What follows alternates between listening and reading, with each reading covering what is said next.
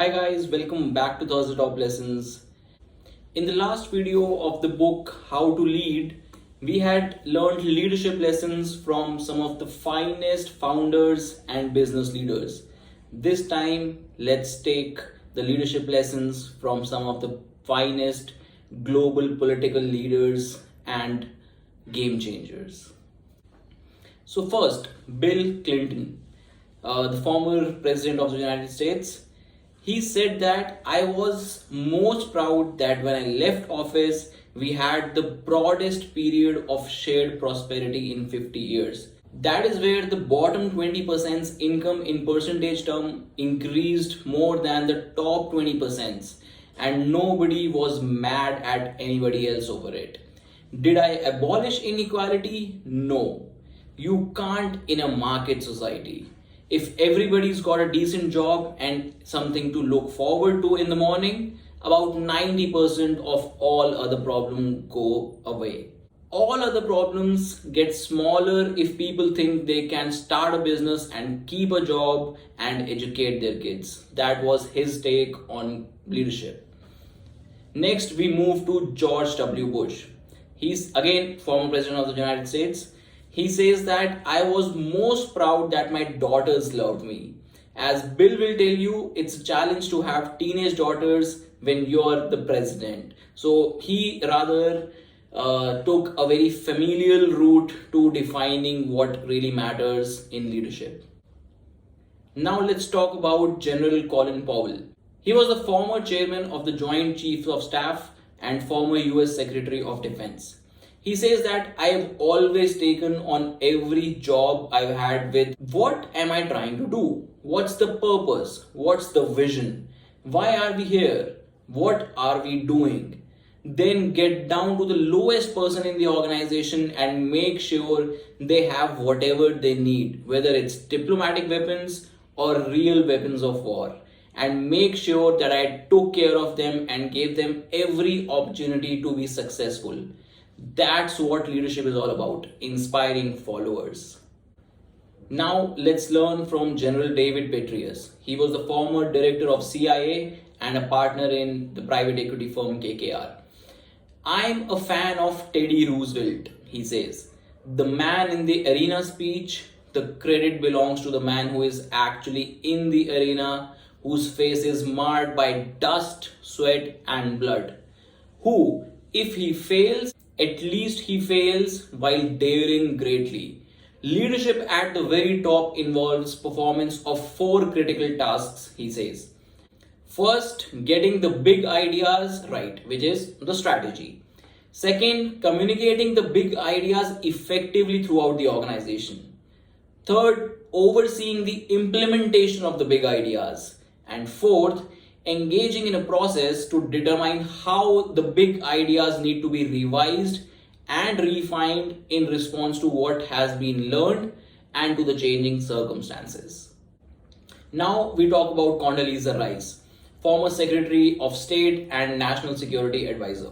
She says that my father once said to me, if somebody doesn't want to sit next to you because you're black, that's fine, as long as they move. In other words, don't take somebody else's prejudice on you.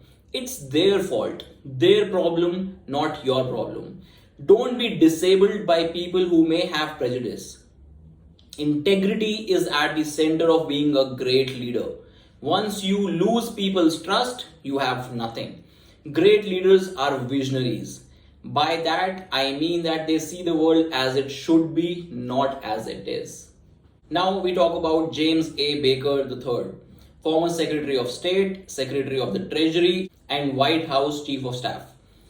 He says that I have always followed the prior preparation prevents poor performance mantra.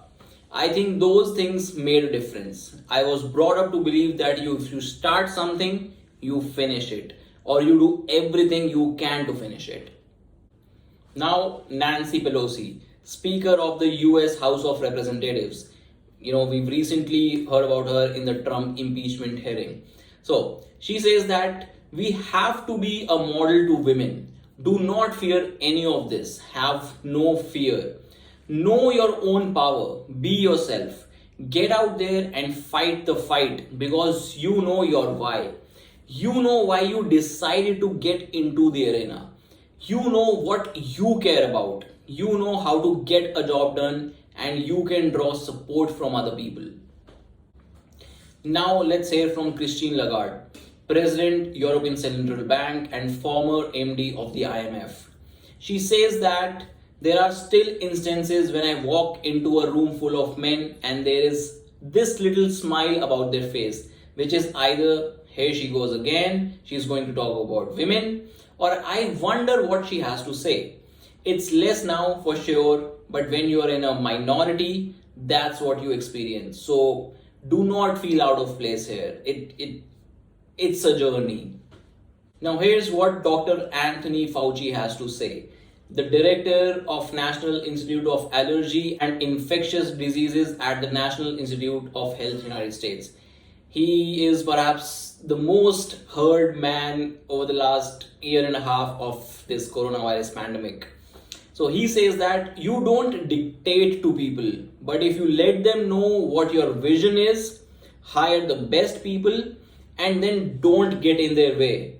These are the qualities of a good leader. Now let's hear from Justice Ruth Bader Ginsburg, or RBG as she was famous. She recently passed away. So she was the Associate Justice of the US Supreme Court. So she says up until the start of the 70s, it simply wasn't possible to move courts in the direction of recognizing women as people of equal citizenship stature. All of us revere the institution for which we work, and we want to leave it in as good shape as we found it. So make sure the institution that you're working with is better when you leave it. Now let's hear from Jack Nicklaus, a golf legend. So he says that my record is good, but you can always be better.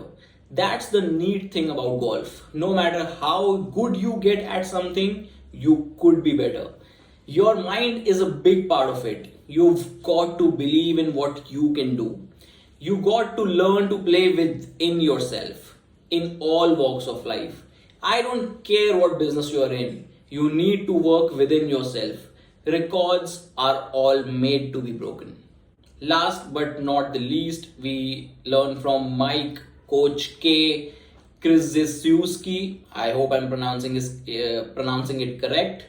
He was the head coach Duke University and former head coach of US men's Olympic basketball. He says that you're not going to get there alone. Be on a team. Surround yourself with good people and learn how to listen. You're not going to learn when you just keep talking. And when you do talk, converse. Don't make excuses, figure out the solution. So hope you liked the small snippets of leadership lessons from some of the finest in the world. Please do leave your feedback or any other book recommendations in the comment section below. Thank you for watching. Let's meet next week.